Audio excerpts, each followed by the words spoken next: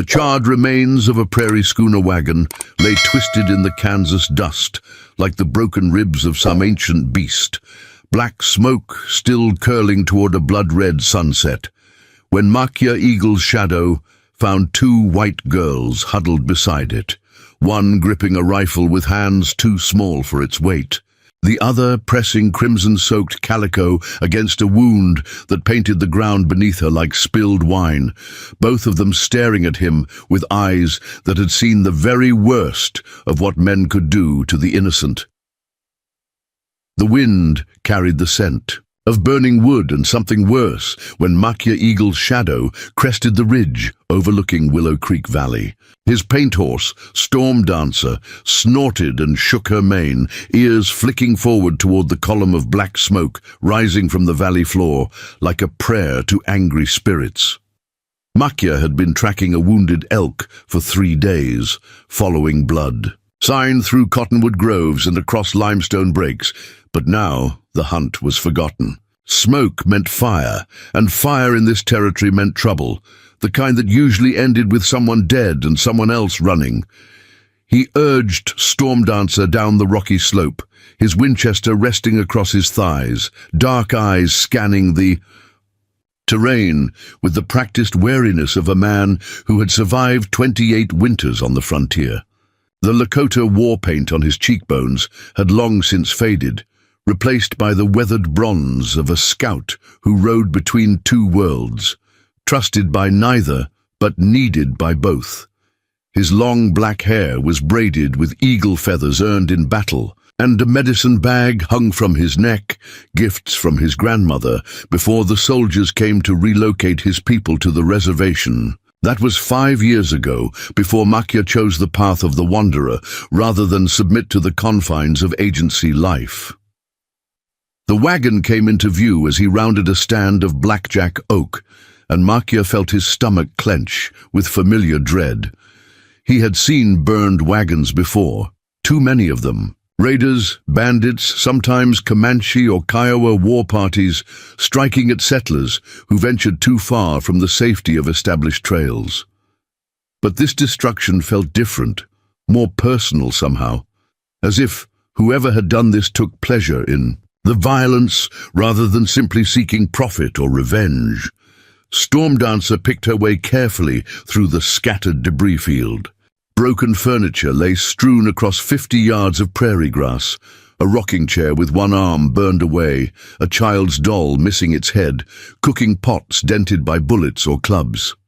The wagon's canvas top had been completely consumed by flames, leaving only the wooden frame and iron fittings to tell the story of what had once been someone's entire world, packed into 8 feet of prairie schooner. That's when he saw them. 2 girls sitting in the dust beside the wagon's rear wheel. So still, they might have been carved from stone, except for the trembling that shook their thin shoulders. The older one, maybe 16 or 17, had positioned herself between her companion and any approaching danger, a Henry rifle clutched in hands that were white-knuckled with determination despite their obvious trembling. Her dark brown hair hung loose around her shoulders, escaped from what had once been a neat braid, and her blue calico dress was torn at the sleeve and stained with ash. But it was her eyes that stopped Makia cold, green as spring grass, blazing with a fierce protectiveness that reminded him of a she-wolf defending her cubs. The younger girl, perhaps 13 or 14, sat with her back against the charred wagon wheel, both hands pressed against her right thigh, where crimson blood had soaked through her yellow dress and pooled in the dust beneath her. Her face was pale as winter moonlight, lips compressed into a tight line of pain she was trying desperately not to voice. Dark blonde hair framed features that would have been pretty under better circumstances, but now pain and fear had etched themselves into premature lines around her blue eyes. Eyes that held the hollow look of someone who had witnessed horrors no child should ever see. Makia dismounted slowly, keeping his movements deliberate and unthreatening. The older girl immediately raised the rifle, and though the barrel wavered slightly from the weapon's weight, he could see her finger was on the trigger, and her stance suggested she knew how to use it. The younger girl tried to shrink further back against the wagon wheel, a whimper escaping her lips, despite her obvious efforts to stay silent. "Easy, little sister," Makya said in English, his voice carrying the careful cadence he had learned. From dealing with frightened animals and frightened people, they required the same patient approach. He kept his hands visible, his Winchester pointed at the ground, and took only one small step forward. "I mean you no harm. My name is Makya, Eagle's Shadow. I am Lakota, but I am not your enemy." The girl with the rifle didn't lower the weapon, but her eyes flickered with something that might have been confusion. "You speak English," she said, her voice hoarse from smoke and tears, but steady with determination. "Are you going to hurt us like they did?" "Who hurt you?" Makya asked. Though he suspected he already knew the answer, burned wagons and terrorized children usually meant one thing on the frontier: men who had forgotten their humanity in favor of easy profit and cruel entertainment. "White men," the older girl spat, and there was poison in her voice. "4 of them, maybe 5. They said we were too far from any help, that no one would ever find us out here. They killed Mama and Papa, burned everything we owned, and they said they were going to—" Her voice broke, and she swallowed hard before continuing. "They said they were going to keep us for their own amusement, but we got away when their horses, spooked during the fire." Makya nodded grimly. He had encountered such men before, whites who preyed on their own people, claiming later that Indians had done the killing if anyone bothered to investigate. It was a perfect system of violence that let them escape justice while further poisoning relations between his people and the settlers. "Where are these men now?" he asked, glancing around the surrounding terrain for any sign of riders. "Gone," the younger girl whispered, speaking for the first time. Her voice was thin with pain, but carried an unexpected strength. "They rode west toward the Smoky Hill River maybe 2 hours ago. Said they'd be back tomorrow to collect us, after we'd had time to think about cooperating." The word cooperating carried such ugly implications that Makya felt his jaw clench with anger. He had seen what men like that did to captive women, had helped bury the evidence of their cruelty too many times to count. But these girls had been lucky. They had escaped, and they had each other, and now they had him. That would have to be enough. "What are your names?" he asked, crouching down to appear less threatening while keeping his rifle ready in case the men returned earlier than expected. The older girl studied his face for a long moment, as if trying to read his intentions in his features. Finally she said, "I'm Grace Brooks. This is my sister Faith. Our parents were taking us to start a new life in Colorado territory, but they didn't make it past Kansas." Faith Brooks looked like she was fighting to stay conscious, her face growing paler with each passing minute. The blood loss was serious, and without proper care, she would not survive the night. Grace seemed to realize this too, because her fierce expression cracked slightly, revealing the terrified child beneath the protective mask. "Your sister needs help," Makya said gently, gesturing toward Faith's wounded leg. "I know some medicine, learned from my grandmother who was a healer among our people, but I need to look at the wound to see how bad it is. Will you let me help her?" Grace's grip on the rifle tightened. "How do I know you won't hurt us too? How do I know you're any different from those other men?" It was a fair question, and Makya respected her for asking it. Trust was a luxury these girls could not afford, not after what they had endured. He slowly reached into his medicine bag and withdrew a small bundle of herbs wrapped in soft leather, sacred sage that his grandmother had blessed before her death. "Among my people," he said, holding the sage where both girls could see it, "we believe that the spirits watch over those who protect the innocent. This sage was blessed by my grandmother, who taught me that true strength comes not from taking what you want by force, but from defending those who cannot defend themselves. I give you my word as a warrior of the Lakota nation that I will protect you with my life, ask nothing of you that you do not wish to give, and help you find safety among your own people." Something in his voice, or perhaps in the solemnity, of the oath itself seemed to reach Grace. The rifle barrel dropped slightly, though she kept her finger near the trigger. "Promise me," she said, her voice cracking with exhaustion and fear. "Promise me you won't let them hurt Faith." "I promise," Makia said simply, and meant it with every fiber of his being. He approached Faith slowly, kneeling in the dust beside her and gently moving her hands away from the wound. The bullet had passed through the fleshy part of her thigh, missing the major blood vessels but creating a ragged hole that was still bleeding steadily. It was serious, but not immediately fatal if properly treated. "The bullet went clean through," he told Grace, whose relief was visible in the way her shoulders sagged. "She has lost blood, but the wound can be cleaned and bound." "Do you have any clean cloth?" Grace shook her head. "Everything burned. We saved nothing but the clothes on our backs and the rifle. Papa always said to grab the gun first if there was ever trouble." Makia nodded approvingly. "Your father was a wise man. The rifle may have saved both your lives." He tore strips from his own shirt, fashioning them into bandages while Grace watched his every movement with hawk-like intensity. Faith drifted in and out of consciousness as he cleaned the wound with water from his canteen and bound it with the makeshift bandages. But she never cried out, even when the pain must have been excruciating. "She's strong," Makia observed, securing the last. "Of the bandages, both of you are. Many grown men would not have survived what you have endured." "We're all we have left," Grace said quietly, her voice heavy with the weight of new responsibility. "I have to keep her safe. I promised Mama before she died that I would take care of Faith no matter what happened." The sun was setting now, painting the sky in shades of red and gold that reminded Makia uncomfortably of the flames that had consumed the wagon. Soon it would be dark, and darkness brought its own dangers, especially with killers in the area who might return early. They needed shelter, food, and a defensible position for the night. "We cannot stay here," he said, helping Faith to her feet while Grace kept the rifle trained on the surrounding landscape.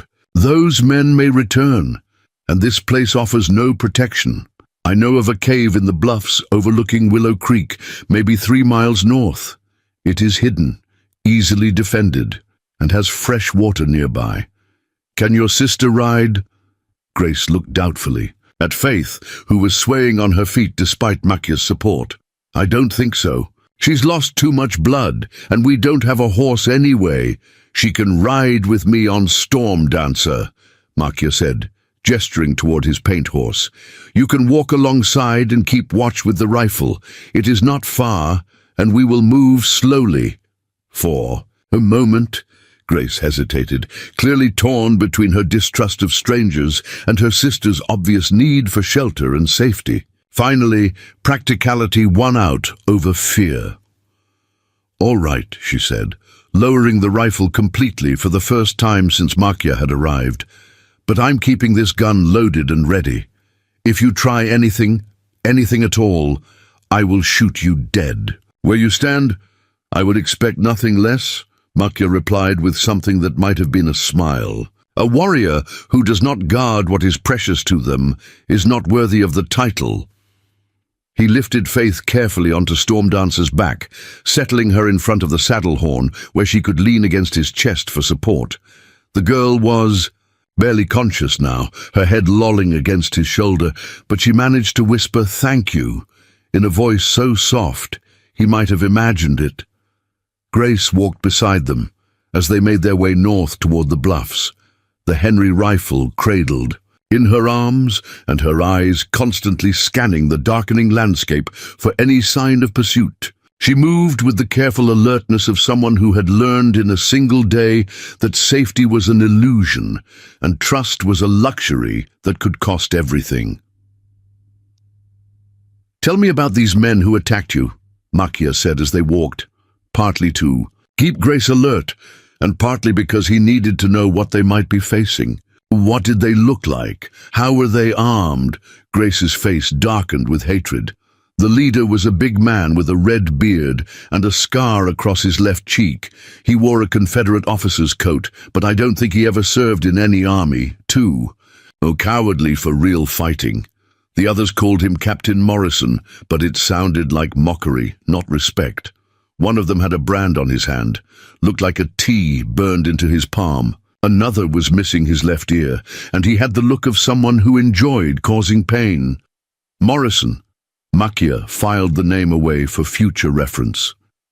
If they survived this encounter, he would make sure word reached the territorial marshal. About these men and their crimes, justice on the frontier might be slow, but it was often final when it finally arrived.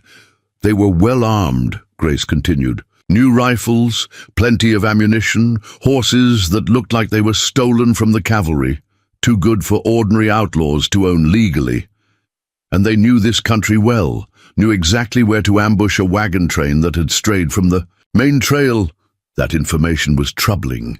It suggested these were not random bandits, but organized predators who had been operating in the area long enough to learn the terrain and the travel patterns of potential victims. Such men were dangerous because they were experienced, and experienced killers were much harder to defeat than simple opportunists. The cave Makia had mentioned was actually more of an overhang in the limestone bluffs, but it offered good shelter from the weather and a commanding view of the approaches from 3 directions. He had discovered it 2 years ago while tracking horse thieves and had used it several times since as a refuge during storms or when he needed a secure place to rest. He helped Faith down from Storm Dancer and carried her to the back of the cave, where he arranged his bedroll to make her as comfortable as possible.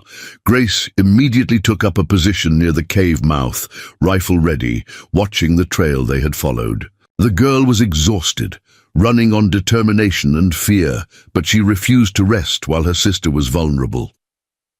"You should sleep," Makia said quietly, building a small fire near the cave entrance where its light would not be visible from a distance. "I will keep watch tonight. Those men will not approach in darkness. They will wait for dawn when they can see clearly." "How do you know that?" Grace asked without turning away from her vigil. "Because they are cowards," Makia replied, feeding small sticks to the growing flames.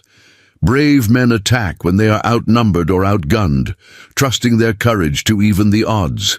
Cowards attack only when they are certain of victory, and darkness creates too many uncertainties. They will wait for daylight when they can see their targets clearly and avoid any surprises."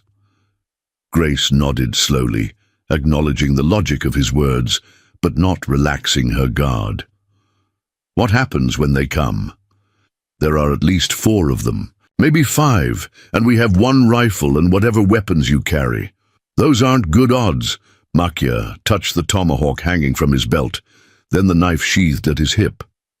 "Numbers matter less than position and determination. This cave cannot be approached from behind or from either side, only from the front, where we can see them coming from half a mile away. They must attack uphill over broken ground while we fire down at them from cover. And they do not know that we are here, so we have the advantage of surprise." "You sound like you've done this before," Grace observed, finally turning to look at him with curious eyes. "I have fought many battles," Makia acknowledged. "Some against soldiers, some against other tribes, some against men like these who prey on the innocent. The weapons and the faces change, but the principles of war remain the same. Know your ground, choose your moment, and never give your enemy what he expects." Faith stirred on the bedroll, mumbling something in her sleep that sounded like "Mama." Grace's face softened with grief and love as she watched her sister fight nightmares that were probably no worse than her waking memories. "She's all I have left," Grace whispered, her voice breaking for the first time since Makia had found them. Our parents saved for 3 years to buy that wagon and outfit it for the journey west. Papa said we were going to start fresh in Colorado territory, maybe find gold or start a ranch. Now they're dead, and Faith and I are alone in the world, with nothing but the clothes on our backs. You are not alone, Makya said quietly, his voice carrying the weight of a sacred promise. While I draw breath, you and your sister are under my protection. Those men will not harm you again, not while I live to prevent it. Grace stared at him for a long moment, studying his face in the flickering firelight as if trying to understand how a Lakota warrior had come to risk his life for 2 white girls he had never met before. Why? She asked finally. Why would you help us? Your people and mine haven't exactly been friends. It was a complex question that deserved an honest answer. Makya stared into the fire, gathering his thoughts before speaking. When I was a boy, he said slowly, soldiers came to our village. They said we had to leave our lands and go to the reservation. Many of our warriors wanted to fight, to die rather than submit to such shame. But my grandmother, who was wise in the ways of spirits and healing, said that the true test of a warrior was not how many enemies he could kill, but how many innocents he could protect. She said that mercy shown to the helpless was the highest, a form of courage, because it required putting someone else's welfare before your own glory. He paused, remembering the old woman's weathered face and gentle hands as she taught him to mix healing herbs and bind wounds. I chose to leave with my people, rather than fight and die uselessly, but I also chose to live according to my grandmother's teachings. When I see innocents in danger, whether they are Lakota or white or any other people, I am bound by honor to help them if I can. Your people and mine may be enemies in the larger sense, but you and Faith are not my enemies. You are simply children who have suffered injustice, and justice knows no color. Grace was quiet for several minutes, absorbing his words. Finally, she said, Your grandmother sounds like she was a remarkable woman. She was, Makya agreed. She taught me that hatred is a poison that destroys the one who carries it more surely than it harms the intended target. I have seen, too, much hatred on both sides of the frontier wars. Perhaps it is time for someone to choose a different path. The fire burned lower, casting dancing shadows on the cave walls as the night deepened around them.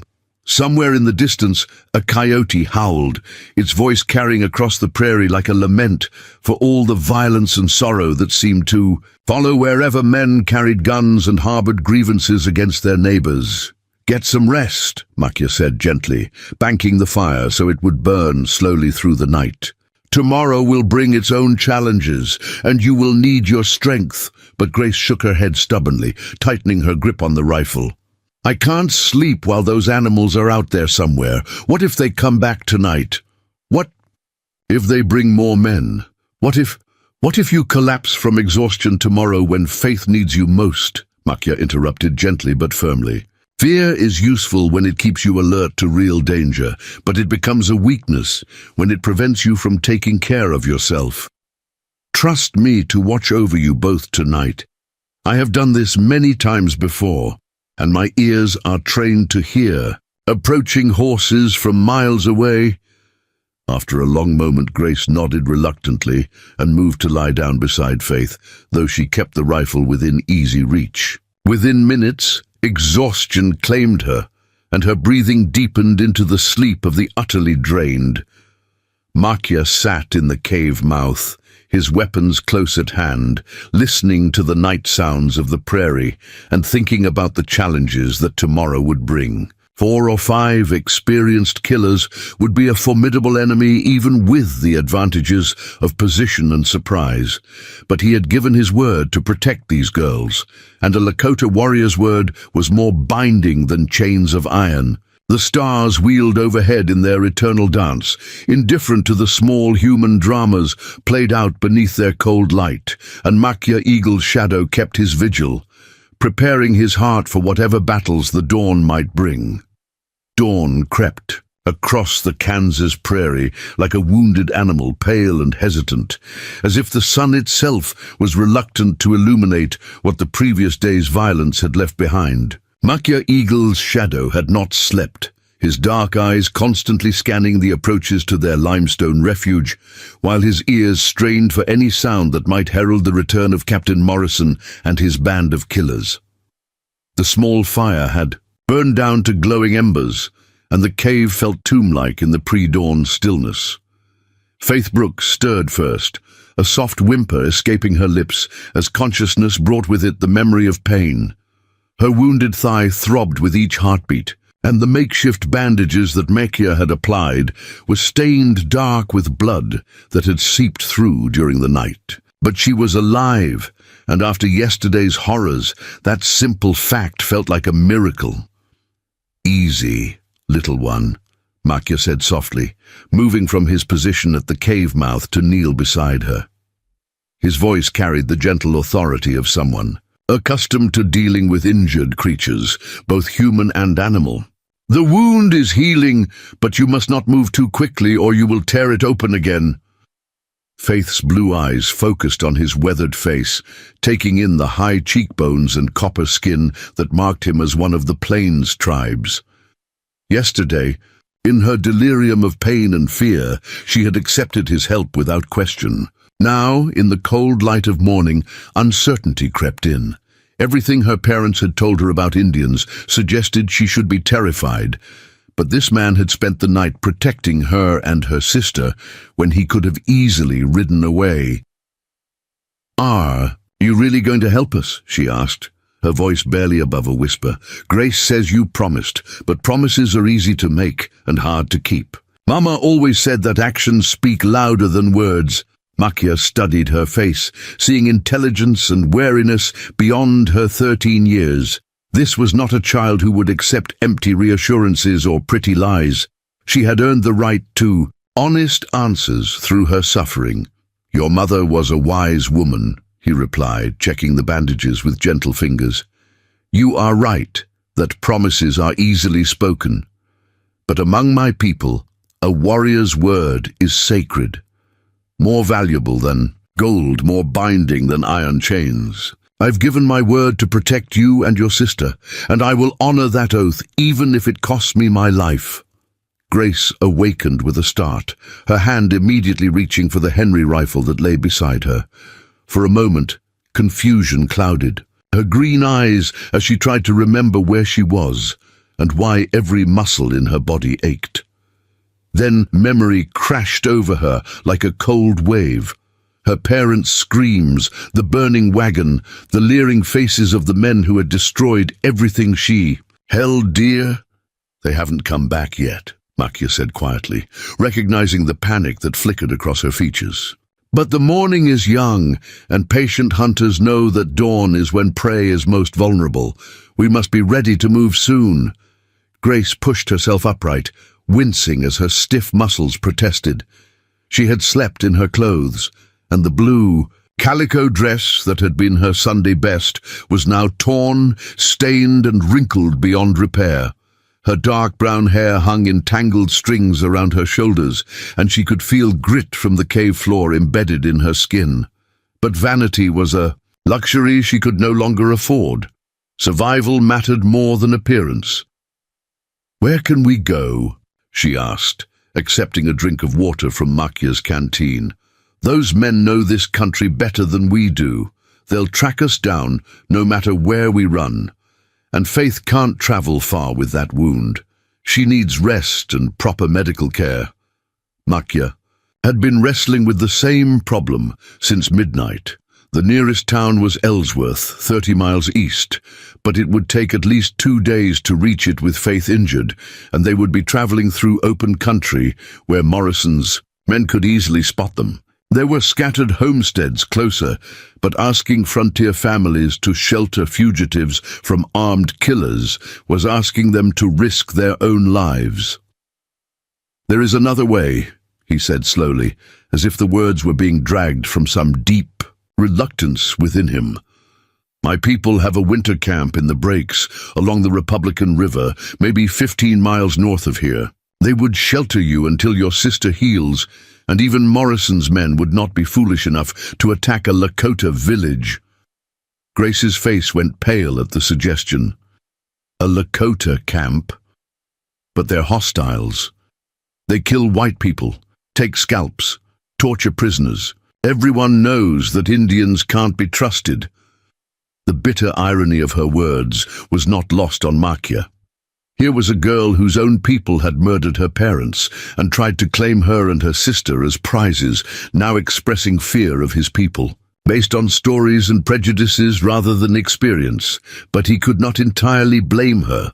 The frontier was full of horror stories from both sides, and fear was often the only thing that kept people alive in dangerous times. Not all Lakota are at war with the white settlers, he said patiently. The band I speak of is led by my uncle, Chief Standing Bear, who believes that peace serves our people better than constant warfare. Before we jump back in, tell us where you're tuning in from, and if this story touches you, make sure you're subscribed, because tomorrow I've saved something extra special for you. They have never attacked wagon trains or settlements. They simply want to live as they always have, following the buffalo herds and maintaining the old ways. But what if you're wrong? Grace pressed, her protective instincts overriding her exhaustion. What if they decide to kill us anyway, or trade us to hostile tribes? I can't risk Faith's life on the hope that your relatives will be more merciful than those white men. Faith spoke up from her position on the bedroll, her young voice carrying surprising strength. Grace, he saved our lives yesterday when he could have just ridden past. He spent the night watching over us when he could have taken our rifle and left us defenseless. Maybe we should trust him now. Before Grace could respond, Makia held up a hand for silence. His head was cocked to one side, listening intently to sounds that the sister's untrained ears could not detect. After a moment, he moved swiftly to the cave entrance and peered out at the valley below. "Riders," he said grimly, his voice barely audible. "4 of them, coming from the southwest. They are still distant, but they are following our trail. From yesterday." Grace grabbed the Henry rifle and crawled to join him at the cave mouth. Through the morning haze, she could just make out 4 dark shapes moving slowly across the prairie, pausing occasionally as they searched for sign. Even at this distance, something about their deliberate predatory movement made her skin crawl. "Is it them?" she whispered, though she already knew the answer from the way Makia's jaw had tightened. "Morrison and his men," he confirmed, checking the loads in his Winchester. "They are good trackers, better than I hoped. They have found where we left, the valley floor, and are following our path toward the bluffs. We have perhaps 30 minutes before they reach the base of these cliffs. Can we fight them from here?" Grace asked, trying to keep the fear out of her voice. "You said yesterday that this position was defensible," Makia nodded grimly. "It is defensible, but only against a direct assault. These men are not fools. They will not charge up the hill into our guns. They will take positions below and wait, keeping us pinned down while they send someone around to flank us from above. With enough patience, they can starve us out or pick us off when we try to escape." Faith tried to sit up, her face flushed with fever and determination. "Then we have to run now, before they get close enough to see us leave." "You cannot run," Makia said bluntly but not unkindly. "The wound has weakened you, and rapid movement will cause it to bleed again. You would not make it a mile before collapsing "Then leave me," Faith said, her blue eyes blazing with fierce resolve. "Take Grace and get her to safety. Don't let both of us die because of my weakness." "No." Grace's voice cracked like a whip, and she spun around to face her sister with tears streaming down her cheeks. "I won't leave you, Faith. I promised. Mama, I would take care of you, and I meant it. We live together or we die together." Makia watched this exchange with growing respect for both girls. In the face of mortal danger, they were thinking of each other rather than themselves, a nobility that many grown warriors never achieved. But noble gestures would not stop bullets or save them from the fate that Morrison had planned. "No, one is dying today," he said with quiet authority, "and no one is being left behind. But we must be clever rather than brave, because bravery alone will not overcome 4 experienced killers." He moved to the back of the cave where his gear was stored and began pulling out items that Grace had not noticed in the darkness: a coil of rope, several small pouches that might contain herbs or medicines, and a peculiar wooden flute decorated with feathers and painted symbols. "What are you doing?" Grace asked, watching him with puzzled eyes. "Among my people we have many songs," Makya said, checking the rope for weak spots. "War songs, hunting songs, songs for healing the sick. But there are also songs of deception, calls that can mimic the voices of animals, sounds that can confuse enemies and make them think they are hearing things that are not there." He put the flute to his lips and produced a sound that was eerily similar to the cry of a red-tailed hawk, followed by the barking call of a prairie dog. The echoes bounced off the limestone walls, creating the impression that the sounds were coming from multiple directions at once. "The men tracking us are not familiar with all the ways that sound can play tricks in country like this," he explained, lowering the flute. "If they hear animal calls coming from several directions, they may think there are other people in these bluffs, perhaps more than they want to face in open combat." Grace began to understand his plan. "You want to make them think we have reinforcements?" "Exactly. Fear of the unknown is often more powerful than fear of a known enemy. If they believe these cliffs might hide a dozen Lakota warriors instead of one wounded girl and her protectors, they may decide to wait for better odds or look for easier prey." It was a slim hope, but better than no hope at all. Makya quickly explained what he needed them to do while he moved to different positions around the cave and the surrounding ledges. Grace would watch the approaching riders and signal when they were close enough to hear the deception. Faith, despite her injury, would help by making sounds from the back of the cave that would add to the illusion of multiple occupants. "What if it doesn't work?" Grace asked as she took her position with the rifle. "Then we fight," Makya replied simply. "But we make them pay dearly for whatever victory they achieve. Warriors who die protecting others are remembered in songs long after those who kill for profit are forgotten." The next 20 minutes passed with agonizing slowness. The riders below had found their trail and were now working their way up the steep, rocky slope toward the cave. Grace could see them more clearly now. 4 hard-faced men with the look of professional killers, well-armed and moving with the confidence of predators who had never met serious resistance. The man in the lead was unmistakably Captain Morrison, his red beard and scarred face matching Grace's description perfectly. He rode a stolen cavalry horse and wore a Confederate officer's coat that had seen better days. The others spread out as they climbed, each taking a different route to minimize the chance that a single defender could target all of them at once. "Now," Grace whispered urgently. Makya began his deception, moving from position to position, around the rocky outcropping while producing a variety of animal calls with his flute.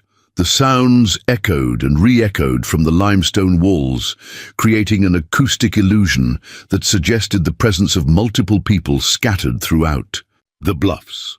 From the cave, Faith added her own contributions: the soft hooting of an owl, the chittering call of a ground squirrel, sounds that seemed innocent but helped build the overall impression of a landscape full of hidden watchers. Below them, the riders had stopped their advance and were looking around nervously. Morrison was gesturing angrily at his companions, clearly frustrated by the unexpected complication.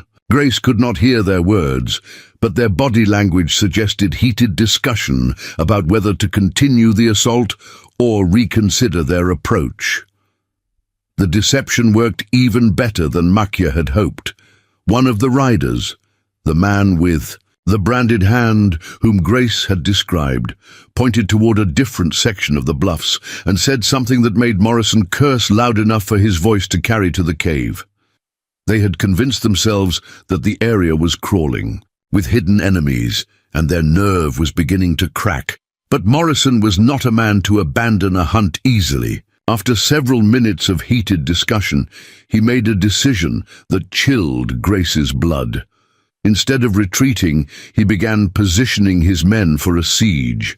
They spread out around the base of the bluffs, taking cover behind rocks and scrub brush, clearly prepared to wait as long as necessary for their quarry to show themselves.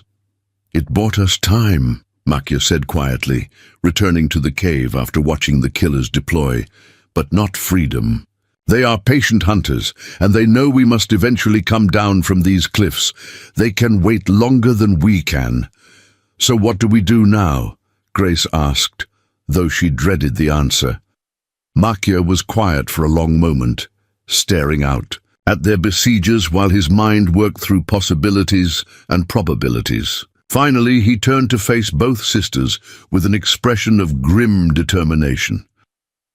"We give them what they expect," he said slowly, "but not in the way they expect it." Over the next hour, he outlined a plan so audacious that Grace initially thought he had lost his mind.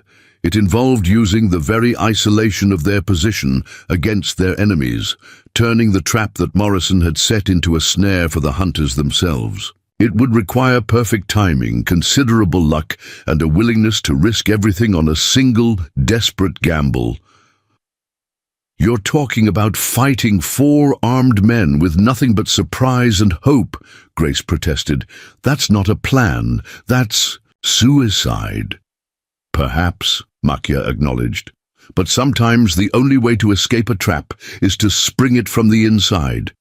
Your enemies expect us to try to run or to fort up and fight defensively. They will not expect us to attack them directly, especially not in broad daylight." Faith had been listening to this exchange with growing alarm. Despite her injury and fever, her mind was still sharp, and she could see the flaws in Makia's proposal as clearly as her sister could. "What if you're wrong about their positions?" she asked. "What if they have more men hidden nearby?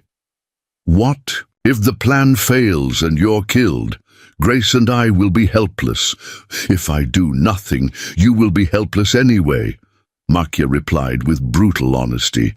"Morrison's men will not give up and go home. They will wait until hunger or thirst forces us from these caves, and then they will take you alive to fulfill whatever twisted plans they have made. At least this way, we control the timing of the confrontation." Grace studied his face, seeing in his dark eyes the same determined protectiveness that had driven her own desperate actions yesterday. This man was willing to die for them, strangers from a people who had been his enemies, simply because it was the right thing to do. How could she ask for less courage from herself? "What do you need us to do?" she asked quietly, and saw surprise flicker across Makia's weathered features. "You would trust me with this?" he asked, "even knowing that failure means death or worse for both of you. You've given us more protection and kindness in one day than we received from our own people in 17 years of life," Grace replied, her voice steady with conviction. "If you say this is our best chance, then I believe you." The plan they developed over the next 2 hours was intricate and dangerous, requiring each of them to play a specific role at exactly the right moment. Makia would use his knowledge of the terrain to approach Morrison's men from an unexpected direction, while Grace created a distraction that would draw their attention away from his attack. Faith, despite her wound, would have the most crucial job of all. She would have to convince their enemies that the cave held more defenders than it actually did. "Remember," Makia said as he prepared to leave the cave, "timing is everything. Too early, and I will be caught in the open with no cover. Too late, and they will have time to reposition and trap me. When you see me reach the lightning-struck cottonwood below, count to 50, and then begin your distraction." Grace nodded, her hands steady on the Henry rifle, despite the fear that threatened to overwhelm her. She had never shot at another human being, but she would do whatever was necessary to protect her sister and the man who had risked everything to save them. Faith reached out and caught Makia's hand as he turned to go. "Thank you," she said simply. "Whatever happens, thank you for giving us hope when we had none left." Makia squeezed her small hand gently. "Thank your sister," he said. "Her courage gave me strength when my own was failing. You are both warriors, even if you do not yet know it." And with that he was gone, slipping from the cave like a shadow and beginning his dangerous descent toward the men who waited below with murder in their hearts and blood on their hands. Grace watched him go, then turned to help Faith prepare for the most desperate gamble of their young lives, knowing that the next hour would determine whether they lived as free women or died as martyrs to frontier justice. The morning sun climbed higher over the Kansas bluffs as Makia Eagle's shadow began his descent toward the four killers who waited like vultures below. Every step had to be calculated, every movement silent as death itself, because one misplaced boot on loose stone would bring rifle fire that would end not just his life, but any hope Grace and Faith Brooks had of seeing another sunset. The limestone walls provided natural handholds, but they also created treacherous footing where centuries of wind and rain had carved deceptive ledges that crumbled under weight. Captain Morrison had positioned his men with the cunning of an experienced predator. The scarred leader himself had taken cover behind a massive boulder that commanded a clear view of the cave entrance, while his three companions spread out in a rough semicircle that would catch any attempt to flee from the bluffs. The man with the branded hand, whom the others called Clemens, had found a position in a dry wash that would allow him to fire on anyone trying to descend the eastern face. The one-eared killer they called Snake had belly-crawled into a thicket of scrub oak that gave him a concealed shooting position with overlapping fields of fire. The fourth man, a lanky desperado with dead eyes and a mouth like a knife wound, crouched behind a fallen cottonwood with his rifle trained on the most obvious escape route. But Makia had not survived 28 winters on the frontier by taking obvious routes or making predictable choices. Instead of attempting to reach the valley floor, where he would be exposed to multiple shooters, he was working his way along the cliff face toward a narrow chimney in the rock that would bring him out behind Morrison's position. It was a path no white man would attempt, requiring the climbing skills and balance that Lakota warriors learned as children when they scaled canyon walls to steal eagle eggs from impossible nests. Above him, Grace Brooks knelt at the cave, entrance with the Henry rifle cradled in her arms, counting heartbeats and watching for the signal that would begin their desperate gamble. Her green eyes tracked Makia's careful progress down the rock face, marveling at how he seemed to flow, like water over obstacles that would have broken her neck. Faith lay behind her, propped against the cave wall with a pile of loose stones within reach, their makeshift ammunition for the deception that might save all their lives. "Can you see him?" Faith whispered, her young face pale with fever and determination. The wound in her thigh throbbed with each movement, but she had insisted on playing her part, despite Makia's concerns about her condition. "Just barely," Grace replied, squinting against the morning glare. "He's reached that outcropping where the hawk's nest used to be. Maybe 50 yards from the lightning tree. When he gets there, I start shooting and you start throwing rocks to make noise in the back of the cave." The plan was brutally simple, because complex schemes rarely survived contact with armed enemies. Grace would fire the Henry rifle from different positions around the cave mouth, making Morrison's men believe they faced multiple defenders while drawing their attention away from Makia's approach. Faith would create sounds from the rear of the cave that would suggest the presence of additional fighters preparing to flank the attackers. Meanwhile, Makia would use the distraction to get close enough to Morrison's position to turn the hunters into the hunted. Below them, the four killers were growing restless. Snake had pulled out a pocket watch and was checking it with the impatience of a man accustomed to easy victories.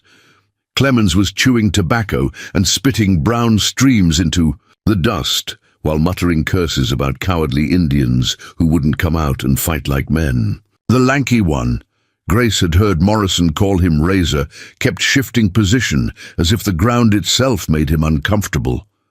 Only Morrison himself remained perfectly still, his scarred face turned toward the cave entrance with the patient malevolence of a rattlesnake waiting for prey to come within striking distance. This was a man who had made killing into an art form, who understood that victory often went not to the strongest or fastest, but to the one who could wait longest without losing focus. There, Grace breathed, seeing Makia reach the lightning struck cottonwood that served as their predetermined signal point. 1, 2, 3, 4, 5. She began counting as her heart hammered against her ribs like a trapped bird. Everything depended on timing now. Too early and Makia would still be exposed when the shooting started. Too late, and Morrison's men might spot his approach and turn the ambush against him. At 35, she could see him beginning to move through the maze of boulders that would bring him to Morrison's blind spot. At 45, he was close enough that she could make out the war paint he had applied to his cheekbones. Streaks of mud and charcoal that would help him blend with the shadows. 50, she whispered and squeezed the trigger.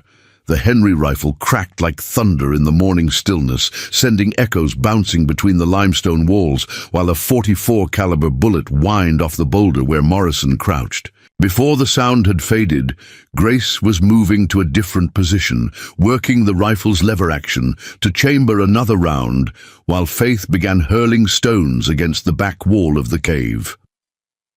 The effect was immediate and gratifying. All four killers spun toward the sound of gunfire, their own weapons coming up to return fire at muzzled flashes that seemed to be coming from multiple locations. Snake emptied his revolver at shadows while Clemens triggered his rifle at a rock. Formation that might have concealed a shooter. Razor and Morrison were more disciplined, but even they were clearly confused by the apparent number of defenders in the cave. "How many of them are up there?" Razor shouted over the gunfire, levering another cartridge into his Winchester.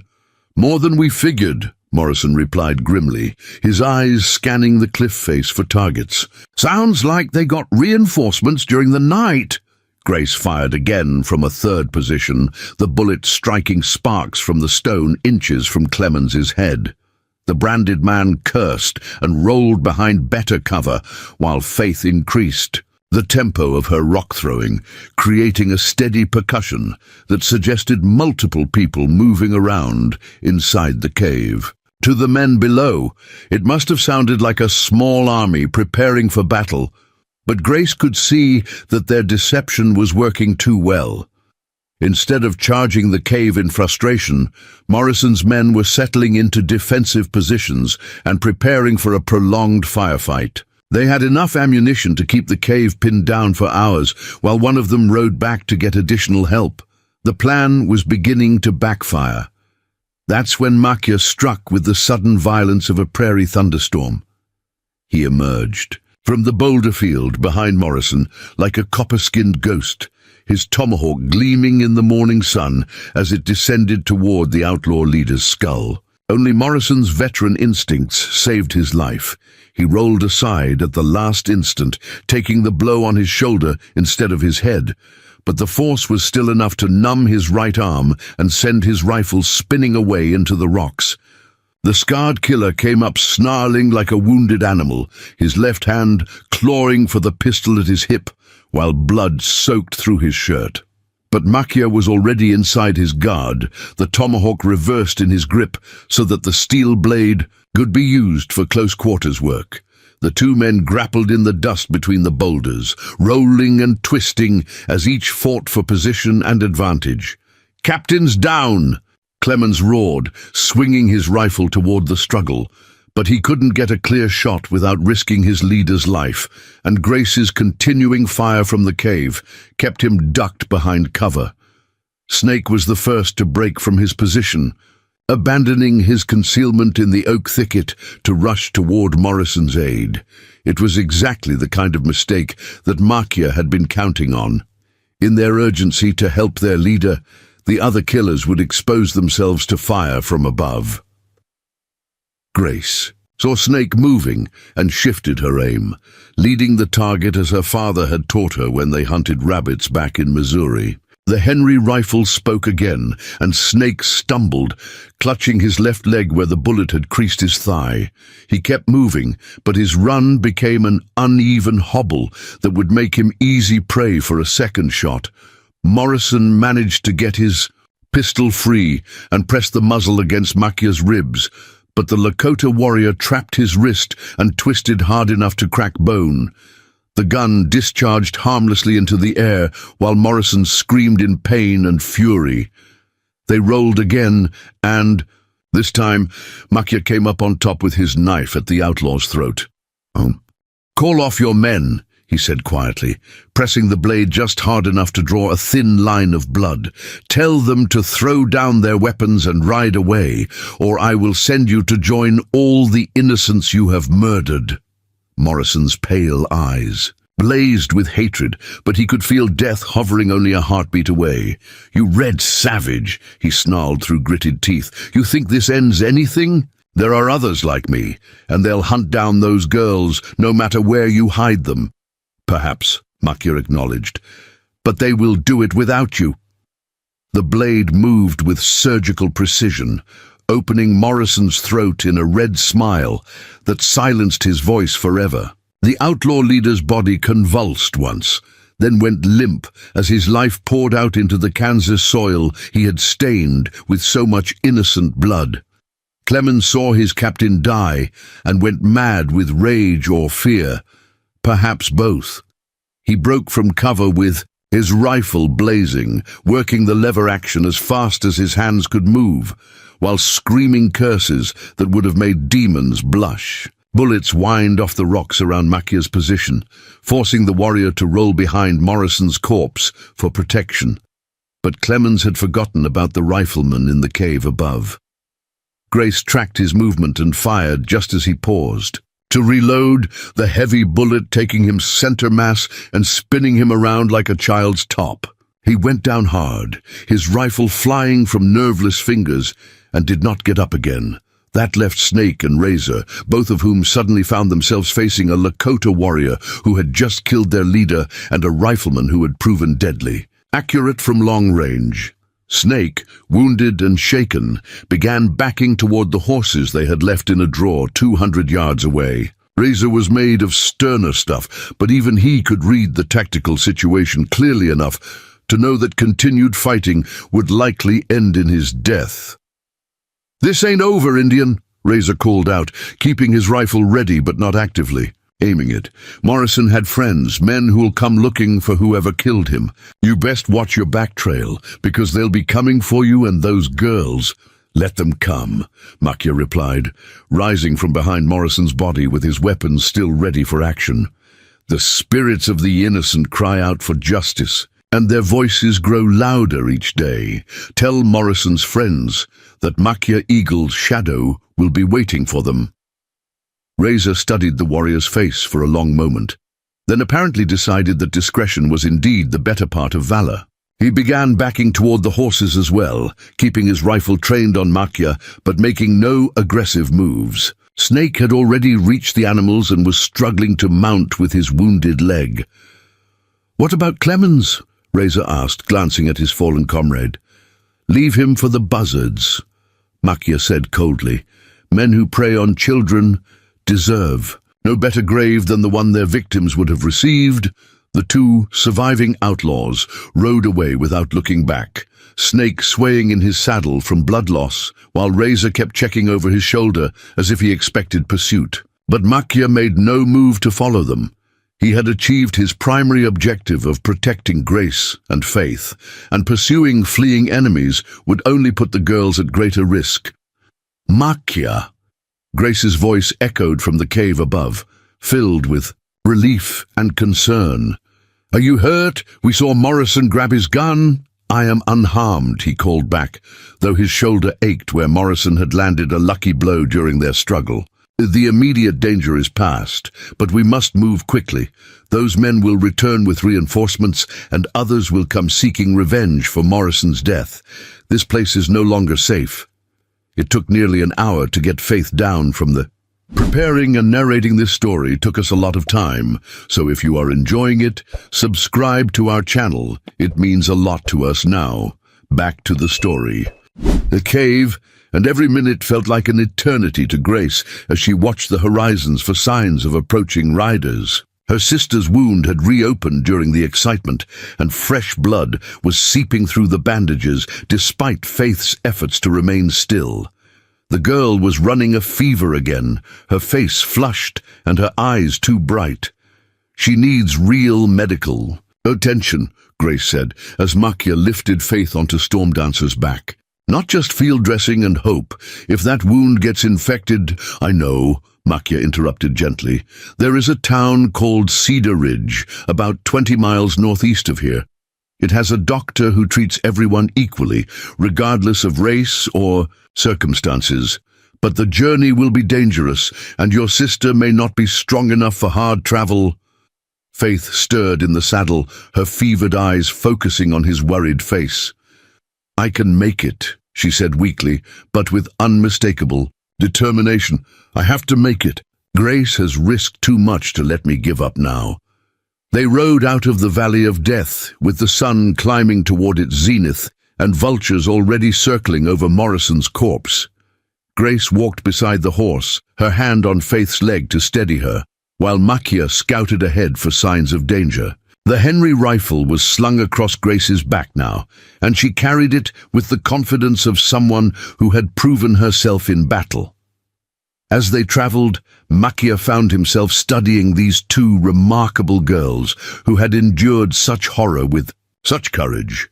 Grace had fought like a seasoned warrior, despite never firing a shot in anger before today, while Faith had played her part in their deception despite being wounded and feverish. They possessed a strength of spirit that many grown men lacked. What will happen to us now? Grace asked during one of their rest stops, her green eyes reflecting the uncertainty that plagued all frontier survivors. We have no family, no money, no place to go. Even if we reach this doctor you mentioned, what comes after that? It was a question that Makia had been wrestling with since the shooting stopped. These girls could not survive alone on the frontier. They needed protection, guidance, and a place where they could heal from their trauma.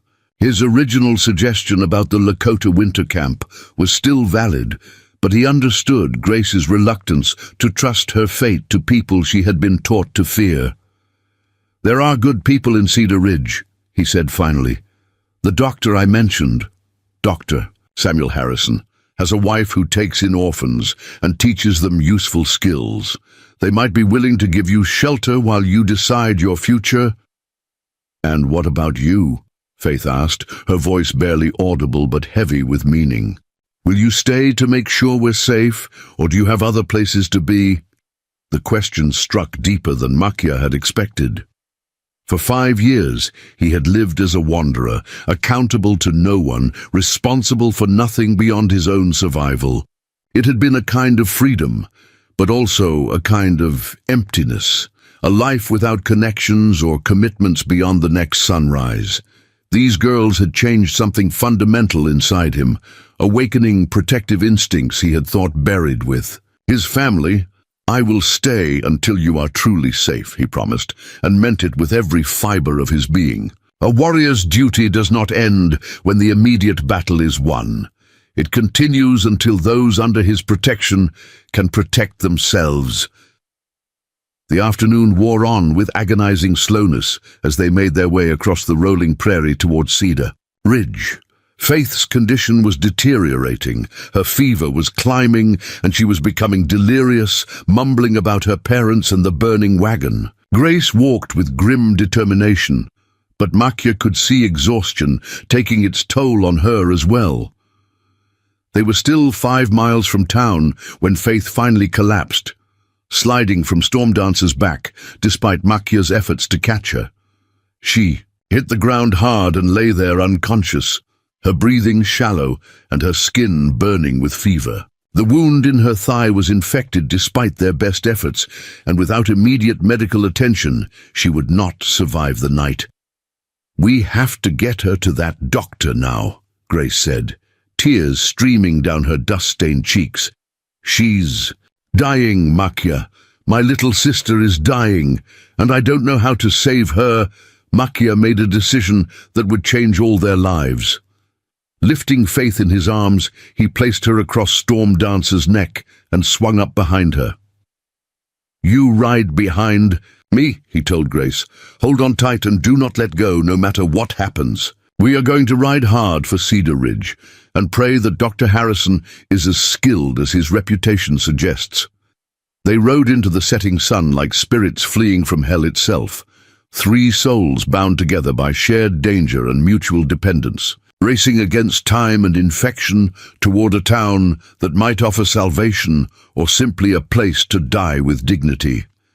Behind them, the vultures feasted on Morrison's remains, while the wind scattered the ashes of the Brooks family wagon across the indifferent prairie.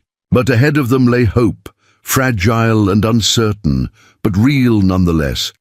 Cedar Ridge squatted in the Kansas dust like a collection of weathered bones, bleached white by sun and disappointment, its single main street lined with false-fronted buildings that promise more prosperity than the struggling frontier town could deliver.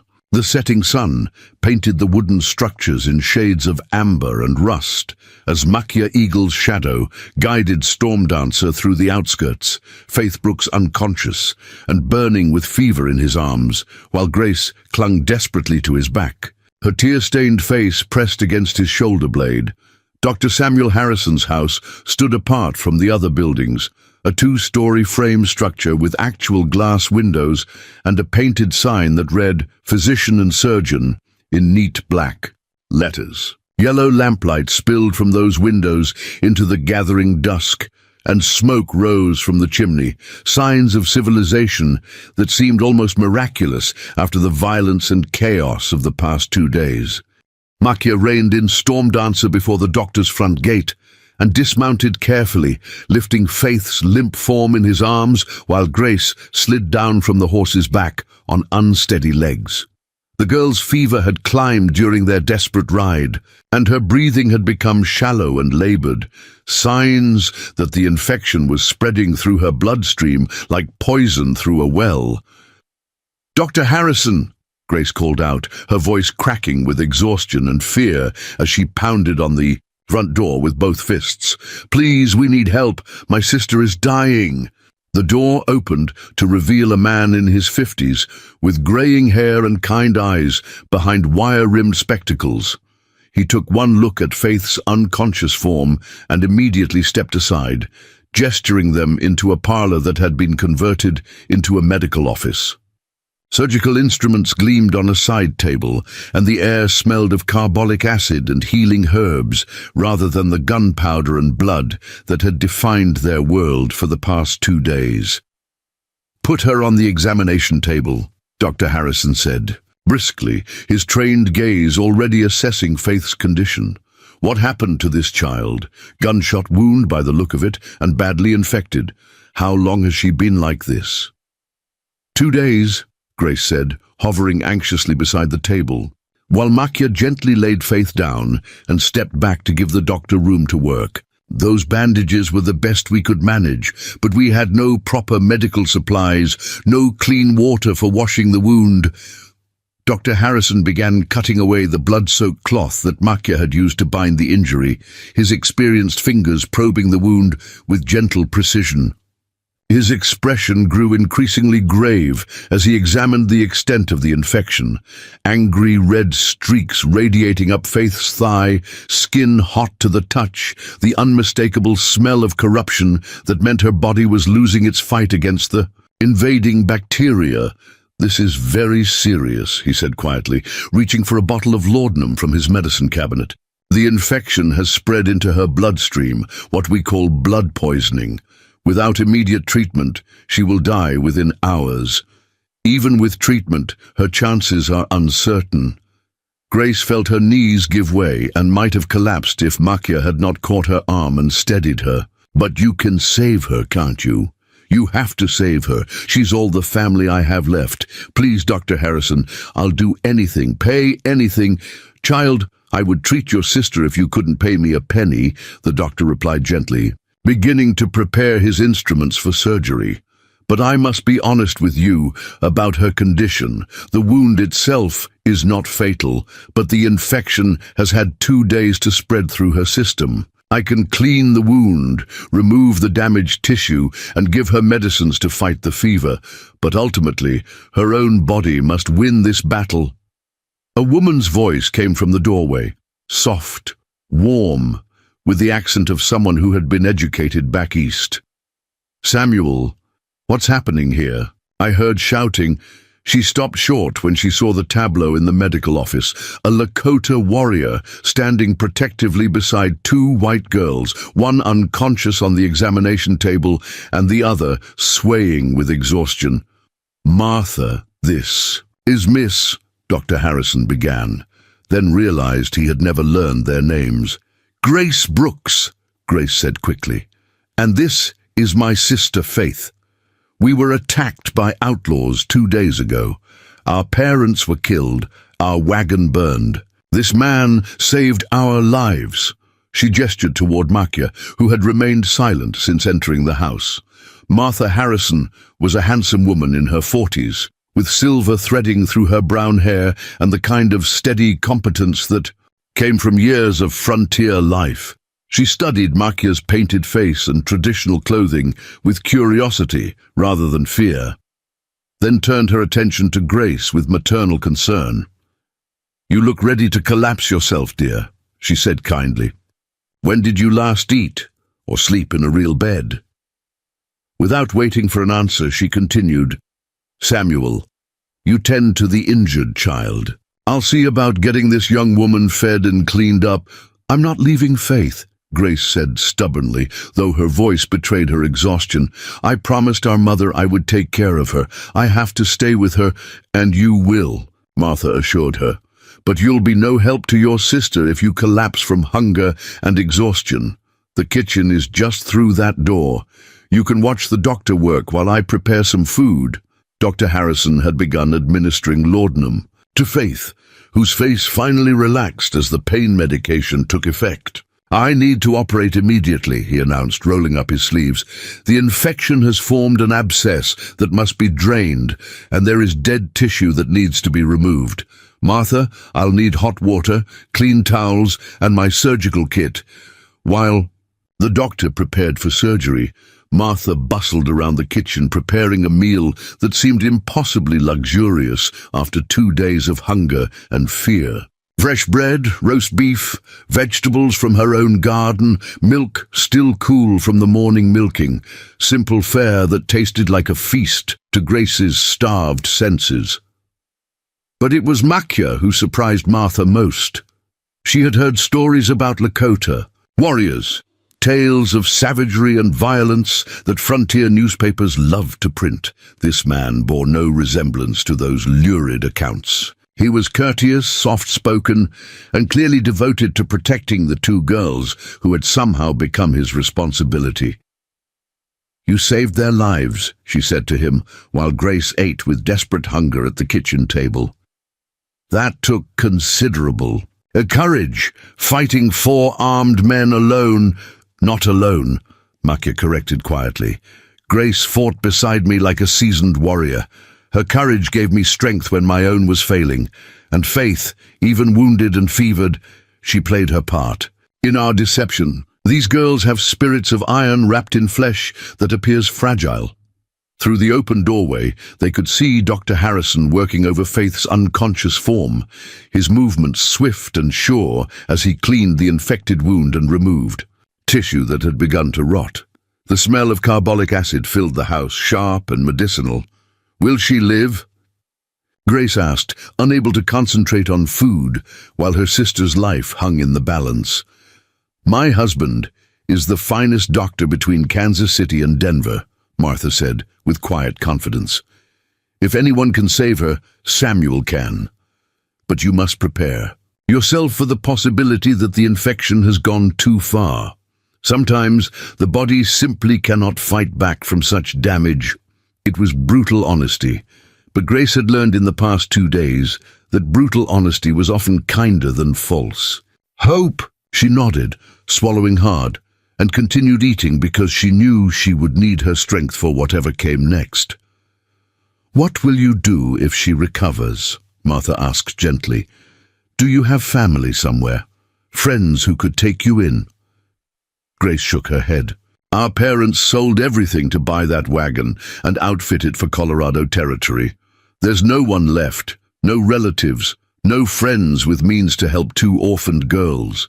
We're completely alone in the world." Martha and Makia exchanged a meaningful look. Both had been thinking about the same problem. Even if Faith survived her injuries, what future awaited 2 orphaned girls on the frontier? They had no money, no skills beyond basic domestic work, and no protection from men who might view them as easy prey. "There are options," Martha said carefully. "Samuel and I have taken in orphaned children before, not permanently, but until they could be placed with suitable families. You could stay here while your sister recovers, help me with the household work in exchange for room and board." "And what about when she's well enough to travel?" Grace asked. "We can't impose on your kindness forever. What, there's a teacher shortage in the territorial schools," Martha continued. "You seem well educated for a frontier girl. Can you read and write? Do arithmetic?" At Grace's nod, she continued, "With some additional tutoring, you could qualify for a teaching position. It would provide a respectable living and a place in the community." It sounded almost too good to be true. A chance at a normal life, security, respectability. But Grace had learned not to trust in easy solutions. "And Faith? She's only 13, too young to work or live independently. She could stay with you," Martha assured her. "Many teachers board student teachers or younger relatives. It's not uncommon." Dr. Harrison emerged from his makeshift operating room, wiping his hands on a clean towel and looking grim but not defeated. "The surgery went well," he announced. "I was able to drain the abscess and remove all the infected tissue. Her fever is already beginning to drop, which is a good sign." Grace leaped to her feet, hope blazing in her green eyes. "She's going to live." "It's too early to be certain," the doctor cautioned, "but her chances are much better now. The next 24 hours will tell us whether her body can fight off the remaining infection. She'll need constant care, someone to watch for signs of recurring fever, change her bandages, make sure she takes her medicines." "I'll do it," Grace said immediately. "I'll stay with her every minute. We'll take shifts," Martha said. "Practically. You need rest as much as she does. Samuel, how long before we know if the surgery was successful?" 3 days at minimum," Dr. Harrison replied, settling heavily into his favorite chair. "If the infection doesn't return by then, she should make a full recovery. The bullet didn't damage any major blood vessels or break the bone. It was simply the infection that threatened her life." For the first time in 2 days, Grace allowed herself to hope. Faith was going to live, scarred perhaps, and with a permanent limp, but alive. The future that had seemed so bleak suddenly held possibilities she hadn't dared imagine. But their moment of relief was shattered by the sound of multiple horses approaching the house at a gallop. Makia was at the window instantly, peering through the curtains at the riders who were pulling up outside the doctor's gate. 6 men, he reported, Grimly, his hand moving instinctively to the tomahawk at his belt. Well-armed, riding hard. They have the look of professional killers. Dr. Harrison's face went pale. In 20 years of practice, I've never had armed men come to my door. What could they want? Grace felt ice form in her stomach as the truth hit her. They're here for us. Morrison must have had more friends than we thought, men who came looking when he didn't return. The front door shook under heavy blows and a harsh voice called out, "Open up in there!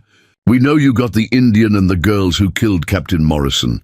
Send them out peaceful-like, and nobody else has to get hurt." "Dr. Harrison," another voice added, "you're a respected man in this community. Don't throw your life away protecting murderers and savages. Just step aside and let us handle this our way." Martha moved protectively closer to Grace, while her husband stood frozen with indecision. He was a healer, not a fighter, and violence went against every instinct he possessed. But these girls had sought sanctuary in his home, and he could not simply hand them over to men who clearly meant them harm. "Samuel," Martha said quietly, her voice steady despite the fear in her eyes, "remember your oath. First, do no harm. That includes not harming innocent children by abandoning them to killers." Makia checked his weapons, tomahawk, knife and a revolver he had taken from Morrison's body. 6-1 were poor odds, especially when the fight would be in close quarters, where his mobility would be limited. But he had faced worse odds before and survived. "Grace," he said quietly, "take your sister and go upstairs. Find a room with a window that opens onto the back of the house. If things go badly down here, you may need to escape that way." "I'm not leaving you to fight them alone," Grace replied, reaching for the Henry rifle that she had leaned against the kitchen wall. "We're in this together." "Child, this is not your fight," Dr. Harrison protested. "I won't have violence in my home, especially not involving patients under my care." The front door exploded inward under the impact of a rifle butt, and 6 hard-faced men poured into the parlor with weapons drawn. Their leader was a tall, thin man with pale eyes and a neatly trimmed beard, the kind of man who could kill without changing expression and sleep soundly afterward. "Where are they, Doc?" he asked conversationally, as if inquiring about the weather. "The Indian and the 2 girls who murdered our friend Morrison. Don't make this harder than it has to be." "I don't know what you're talking about," Dr. Harrison said, trying to keep his voice steady. "I'm a physician. I treat injured patients, not criminals." The leader, whom the others called Colonel Briggs, smiled without warmth. "Now that's disappointing, Doc. We tracked them right to your door. And we know. They're in here somewhere. Our boys, start searching." Before his men could move, Makia stepped into the doorway between the kitchen and parlor, his weapons visible, but not yet threatening. "I am Makia Eagle's Shadow of the Lakota Nation," he said formally. "You seek me, not these innocent people. Let us settle this between warriors, away from those who have done no wrong." Colonel Briggs studied the warrior with professional interest. "So you're the one who killed Morrison. Have to admit, that took some doing. Captain was faster than a snake with that gun of his. But you made a mistake, Indian. You killed a man with friends, powerful friends who don't forget or forgive." "Morrison was a killer of children and women," Makia replied with quiet dignity. "He deserved the death I gave him. If you wish to avenge him, then you are no better than he was." "Maybe not," Briggs acknowledged, "but we're still breathing and he ain't. That's what matters in this business." He gestured to his men. "Take him alive if you can. The girls, too. There are folks who'll pay good money for them after what they did." That's when Grace stepped out beside Makia, the Henry rifle steady in her hands and aimed directly at Briggs' chest. "You're not taking anyone anywhere," she said with deadly calm. "This man saved our lives, and we'll stand with him no matter what happens." Martha Harrison surprised everyone by producing a shotgun from behind the kitchen door. "This is my home," she said firmly, "and these people are under my protection. You'll leave now, or I'll show you how a frontier woman deals with men who threaten children."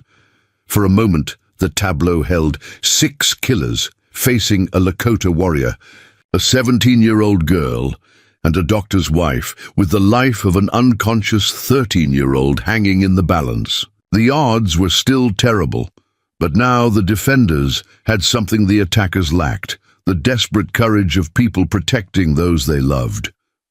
Colonel Briggs's smile faded as he realized this was not going to be the easy capture he had anticipated. "You're all making a big mistake," he said coldly. "We came here for justice, but now you've made yourselves part of the problem. That changes things." "Yes," said a new voice from the doorway. "It certainly does." Sheriff Tommy Bradley stepped into the room with his own gun drawn, flanked by 2 deputies.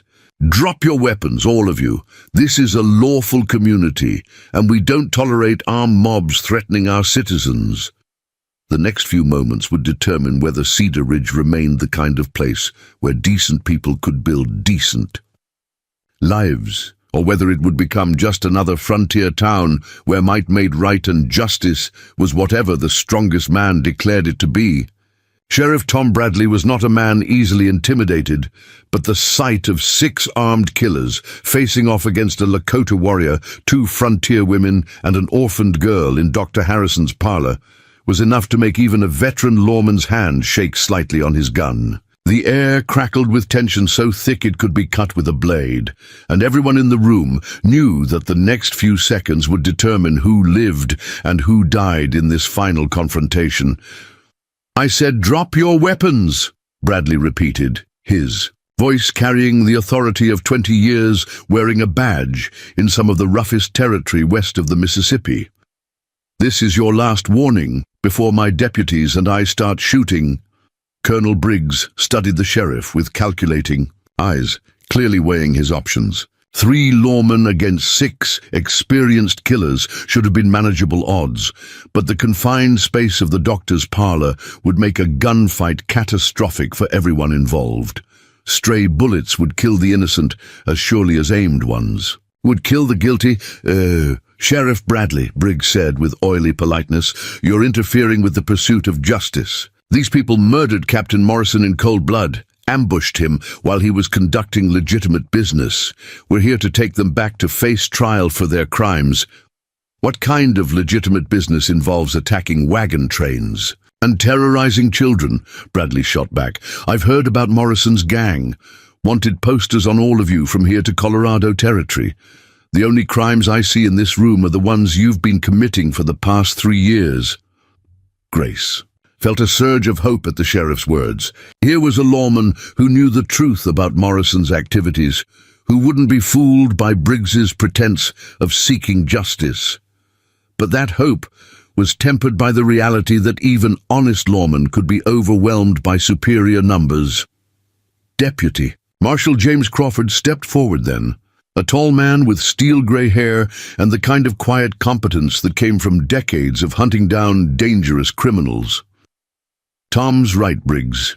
Federal warrant came through last week for Morrison and his entire gang. Murder, robbery, kidnapping.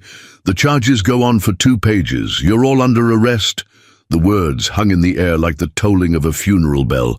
Briggs's pale eyes flickered with something that might have been panic before settling back into cold calculation. "You got paperwork, Marshal, because last I heard, federal warrants don't extend to Indian killers and their accomplices." "Funny thing about federal warrants," Crawford replied with grim satisfaction. "They cover anyone who commits federal crimes on federal territory, and everything from here to the Colorado border is federal territory, which means your entire operation falls under my jurisdiction." One of Briggs' men, a nervous killer named Dutch, who had been fidgeting since the lawmen arrived, suddenly broke from the group and bolted toward the back door. Deputy Harrison, Bradley's younger partner, was ready for such a move and clubbed the fleeing outlaw unconscious with the butt of his rifle. "Anyone else want to run?" Crawford asked mildly. The standoff stretched for another eternal minute. Before Briggs finally accepted the inevitable.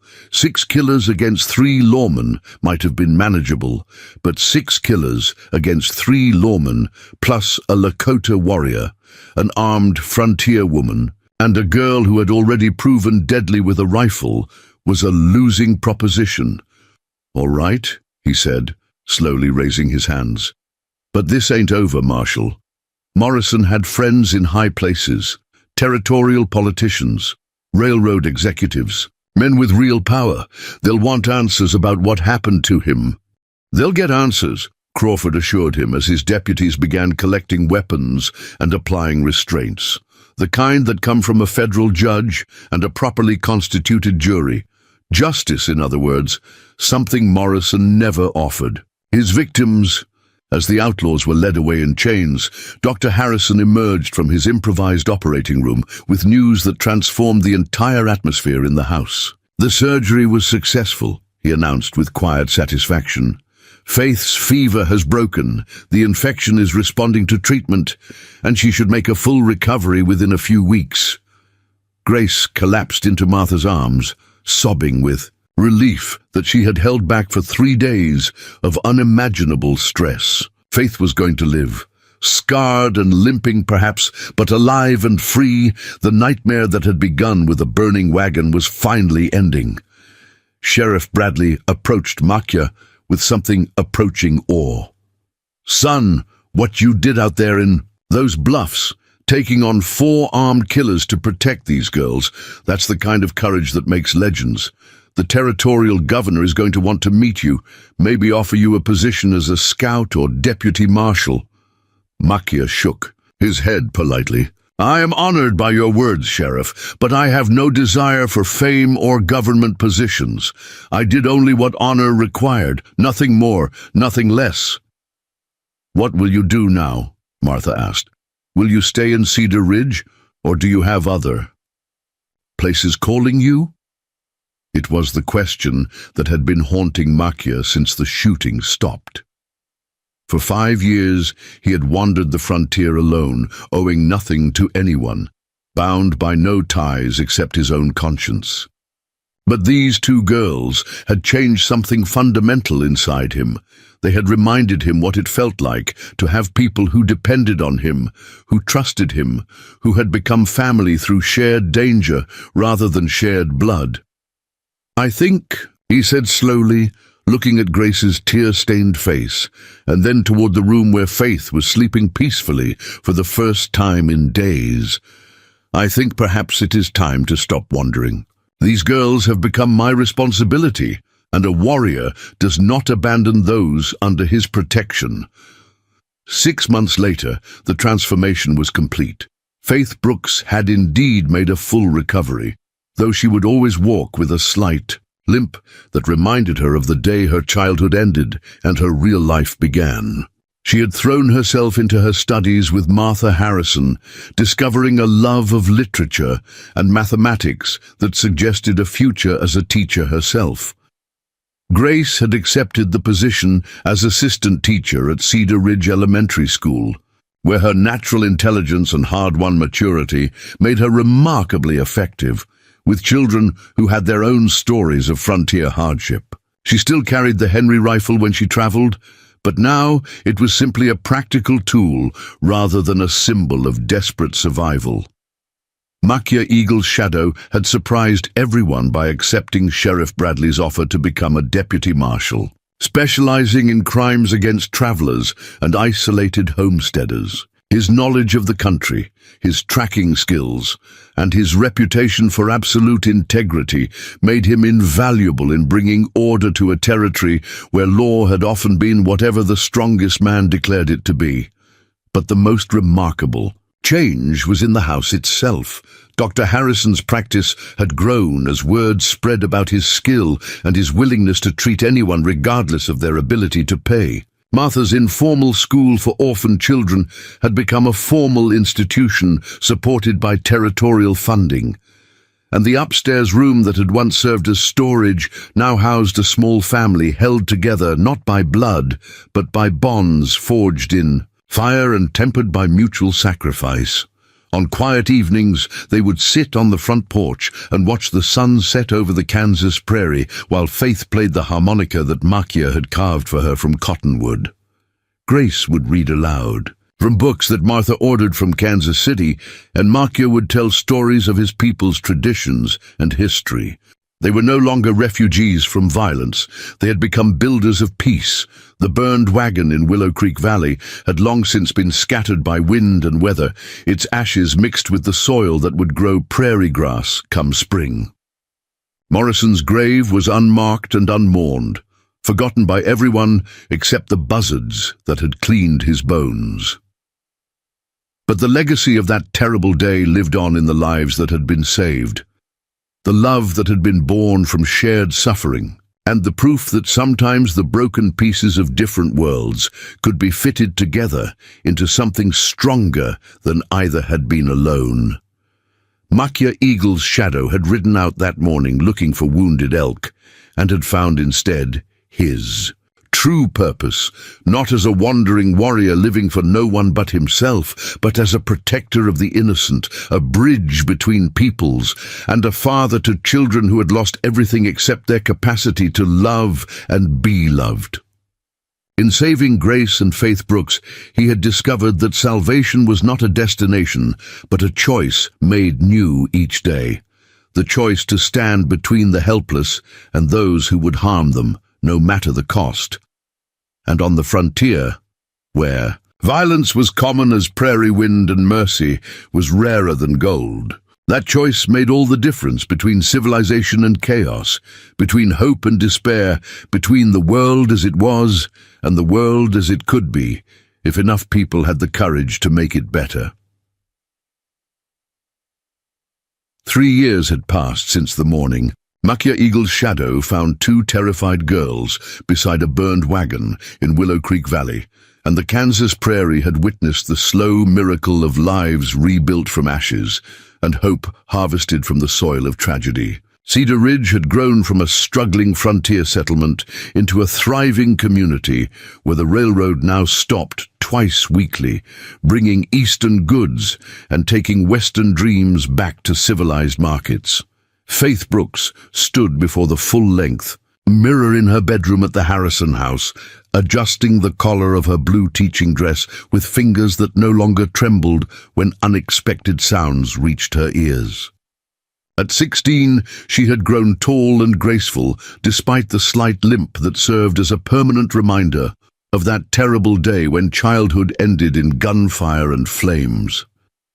Her blonde hair was pinned up in the sophisticated style that Martha Harrison had taught her, and her blue eyes held the quiet confidence of someone who had faced the worst the world could offer and emerged stronger.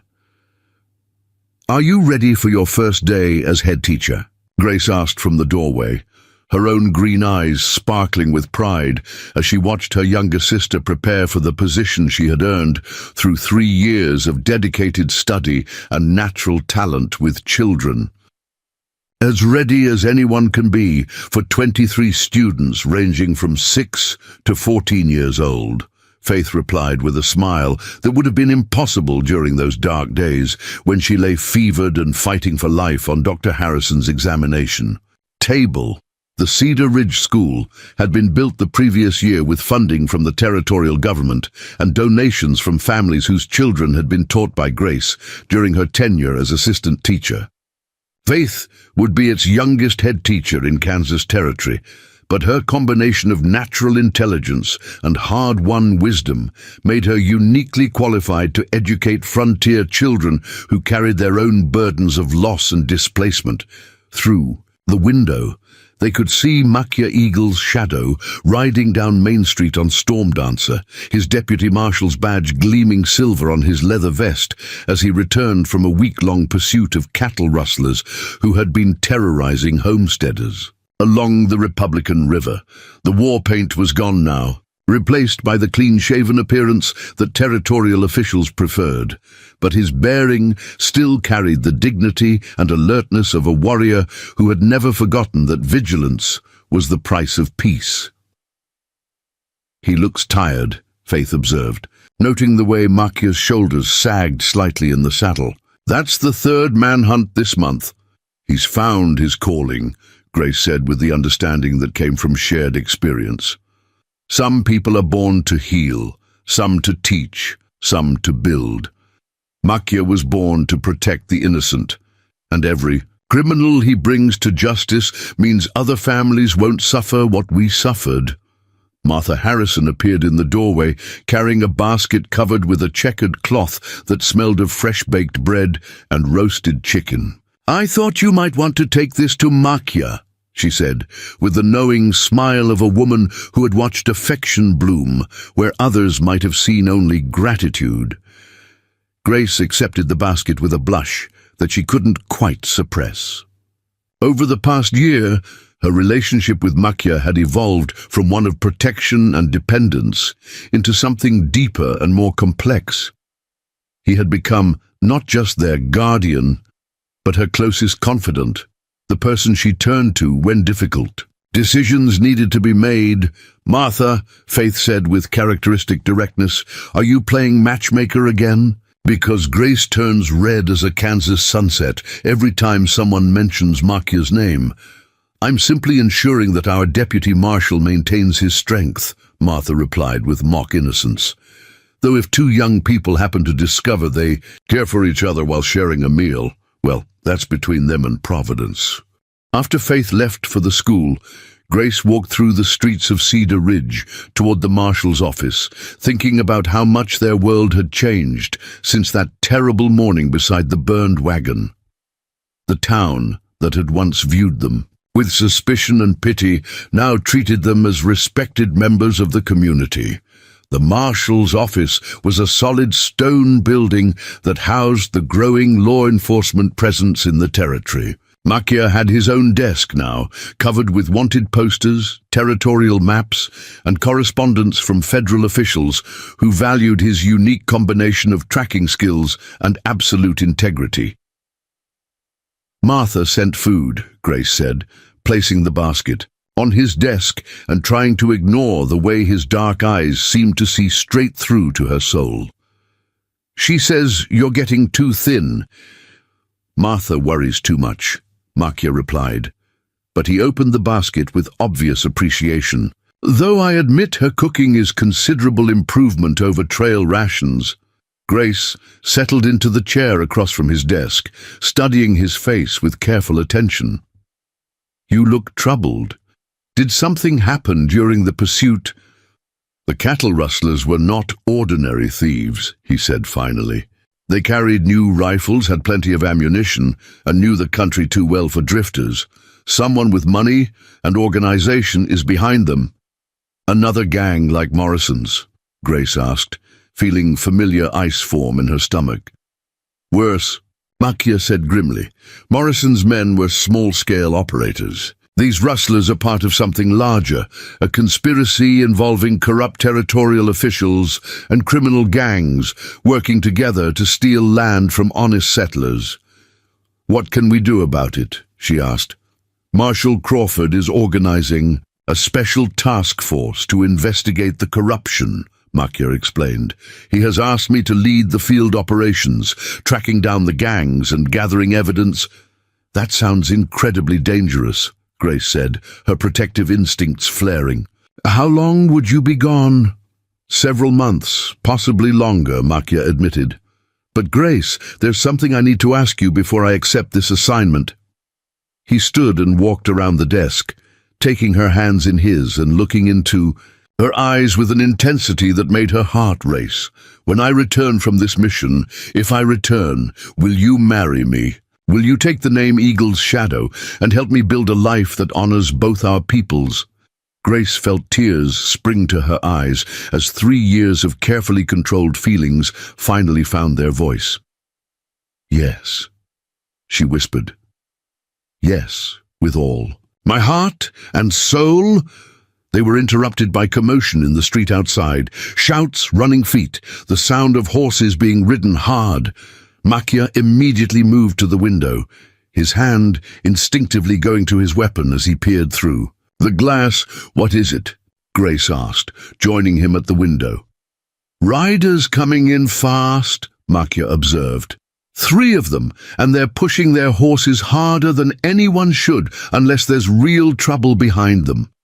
The lead rider was a young man Grace recognized as Tommy Fletcher, whose family had a homestead 15 miles south of Cedar Ridge. He was barely 18, and his face was white with fear as he reined in his lathered horse before the marshal's office.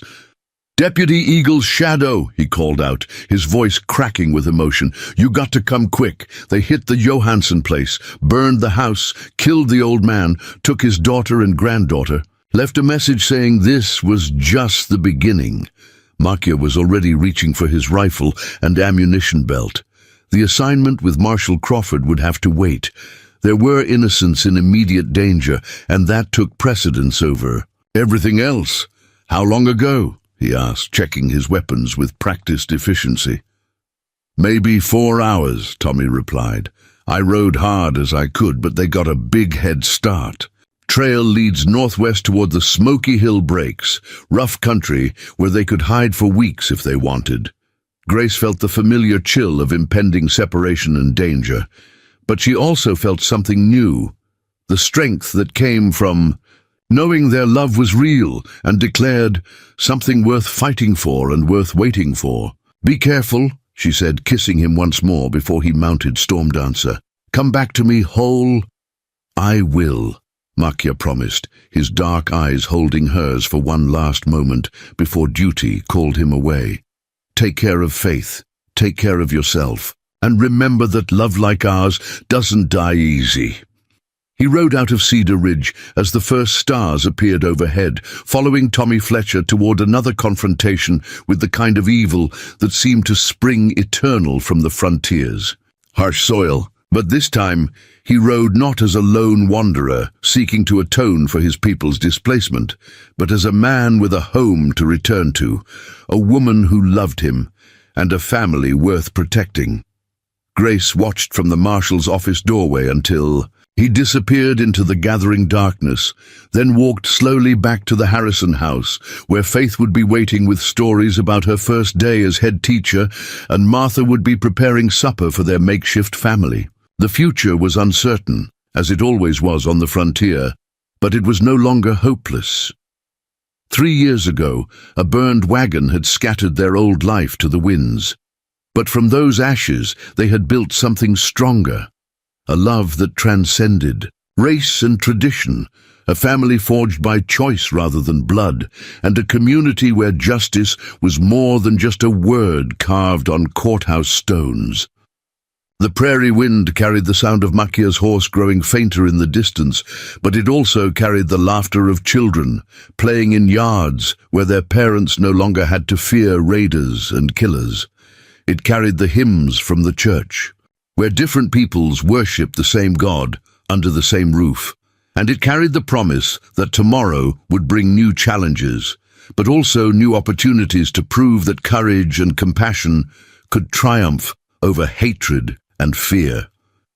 In the end, that was enough, more than enough. That was everything. Up next, you've got 2 more standout stories right on your screen. If this one hit the mark, you won't want to pass these up. Just click and check them out, and don't forget to subscribe and turn on the notification bell so you don't miss any upload from us.